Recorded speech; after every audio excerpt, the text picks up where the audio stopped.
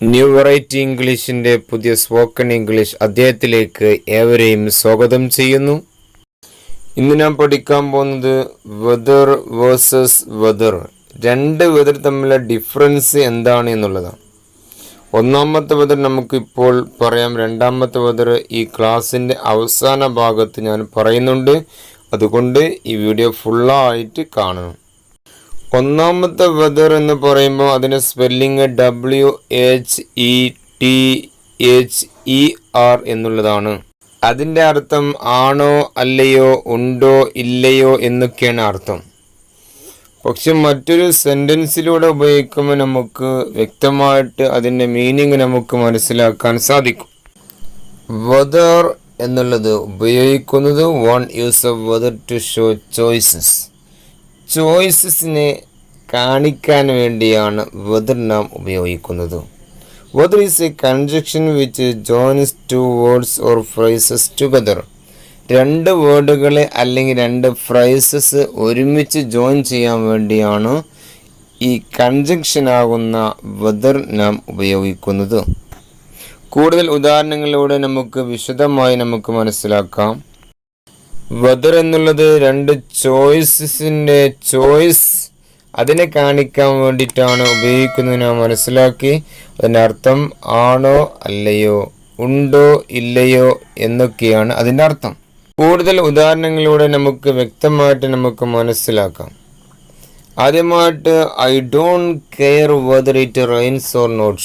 മഴ പെയ്തോ ഇല്ലയോ എന്ന് എനിക്ക് പ്രശ്നമേ ഇല്ല, ഞാനത് പ്രശ്നമാക്കുന്നില്ല. ഐ ഡോണ്ട് കെയർ, ഞാനത് പ്രശ്നമാക്കുന്നില്ല.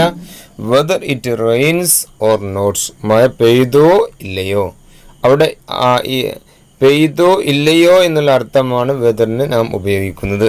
അടുത്ത ഉദാഹരണം നോക്കാം. I don't know whether she is dead or alive. അവള് ജീവിച്ചിരിപ്പുണ്ടോ മരിച്ചോ എന്ന് എനിക്കറിയില്ല. ജീവിച്ചിരിപ്പുണ്ടോ മരിച്ചോ എന്നുള്ളതാണ് വെദറിൻ്റെ അർത്ഥം. അടുത്ത ഉദാഹരണം നോക്കാം. ഐ നോട്ട് ഷുവർ, എനിക്ക് ഉറപ്പില്ല. Whether Tom heard it or not.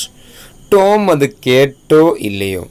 ഇവിടെ വെദറിൻ്റെ അർത്ഥം കേട്ടോ ഇല്ലയോ എന്നുള്ള അർത്ഥമാണ്. അവിടെ രണ്ട് ചോയ്സസ് നമ്മൾ കണ്ടു.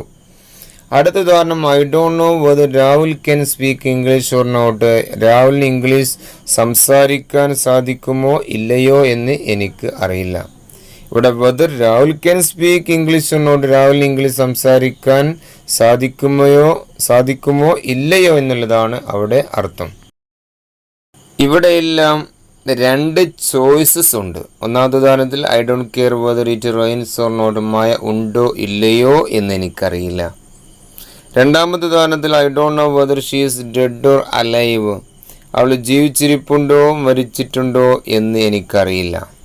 Not sure whether Tom heard it or not, Tom അത് കേട്ടോ ഇല്ലയോ എന്ന് എനിക്ക് ഉറപ്പില്ല. I don't know whether Rahul can speak English or not, Rahul English സംസാരിക്കാൻ സാധിക്കുമോ ഇല്ലയോ എന്ന് എനിക്കറിയില്ല. ഇവിടെയുള്ള രണ്ട് ചോയ്സ് നമുക്ക് കാണാൻ പറ്റും. ഇങ്ങനെ രണ്ട് ചോയ്സിൽ നിന്ന് ഏതാണോ എന്ന് ആണോ ഇല്ലയോ എന്നൊക്കെ ചോദിക്കാൻ വേണ്ടിയിട്ടാണ് ഇത് ഉപയോഗിക്കുന്നത് എന്ന് നമുക്ക് മനസ്സിലായി. Whether or if no choices. Choices ഇല്ലാതെയും വെദറും ഈഫും നമുക്ക് ഉപയോഗിക്കാം. അതാ വെദറിന് പകരം ഈഫ് എന്നുള്ള വേർഡ് നമുക്ക് ഉപയോഗിക്കാൻ സാധിക്കും. Sometimes if and whether can be used interchangeably. Interchangeably എന്ന് പറയുമ്പം മാറ്റി ഉപയോഗിക്കാൻ, നമുക്ക് പരസ്പരം മാറ്റി ഉപയോഗിക്കാൻ പറ്റും.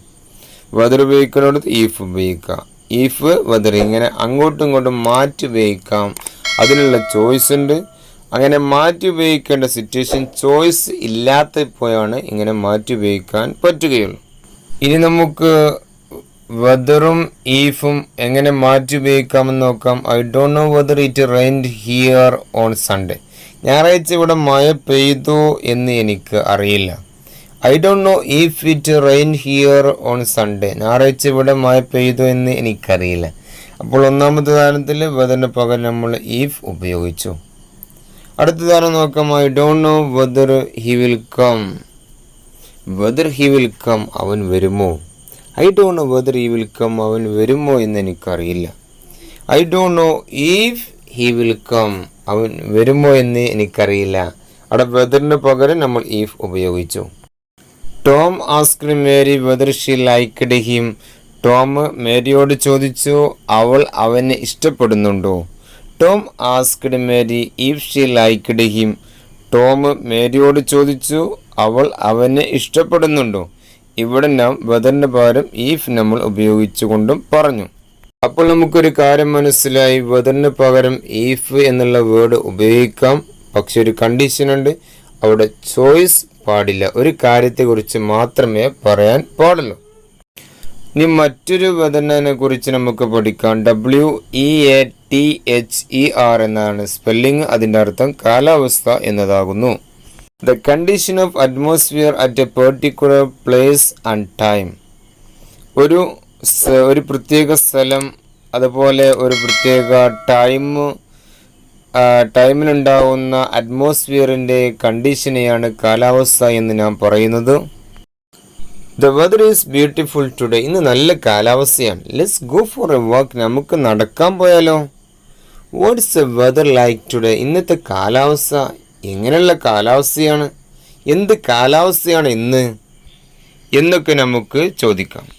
അപ്പോൾ നമ്മൾ 2 വെദറിനെ കുറിച്ച് പറഞ്ഞു.